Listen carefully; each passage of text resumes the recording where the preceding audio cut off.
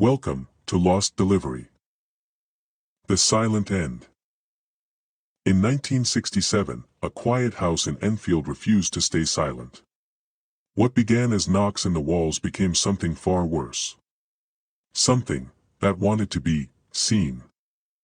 As evening settles over Enfield, Peggy Hodgson, a single mother, sits alone in her living room, believing this modest council house will finally give her a sense of normalcy.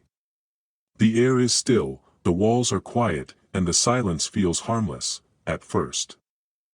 As night deepens and the house grows quieter, a single knock echoes from inside the walls, low and deliberate.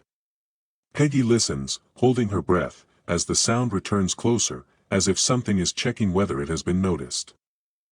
As the hours pass and darkness presses in, a chair begins to move across the floor on its own, inch by inch, without a sound. The room no longer feels empty, it feels occupied. Near midnight, Police Constable Alan Ward, responding to a disturbance call, enters the house expecting fear and exaggeration. Instead, he watches a heavy table lift briefly from the floor and slam back down, leaving him frozen in disbelief. As the night thins toward its quietest hours, journalist Maurice Gross, an investigator documenting unexplained events, arrives with recording equipment and cautious curiosity. Almost immediately, the house responds, knocking back with sharp precision, as if aware it is being observed. When daylight finally fills the rooms, the activity does not fade, but sharpens. A low, strained voice emerges from an empty space, speaking without a body, causing everyone present to stand perfectly still, afraid to provoke it further. As darkness returns, Dr. Eleanor Shaw, a parapsychologist brought in to study the case, watches closely as the air itself begins to distort. A shape slowly forms from the shadows, just visible enough to confirm that something is truly there.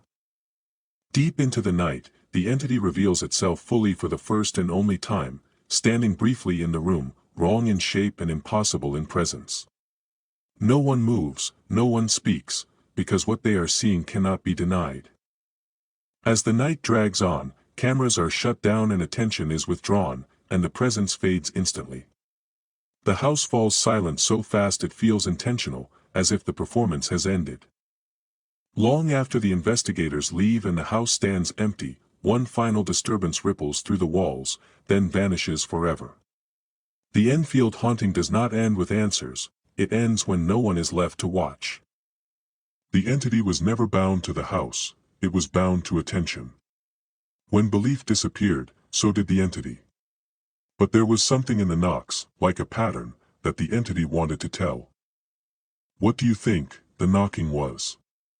Comment and follow, because some stories only exist when someone is listening.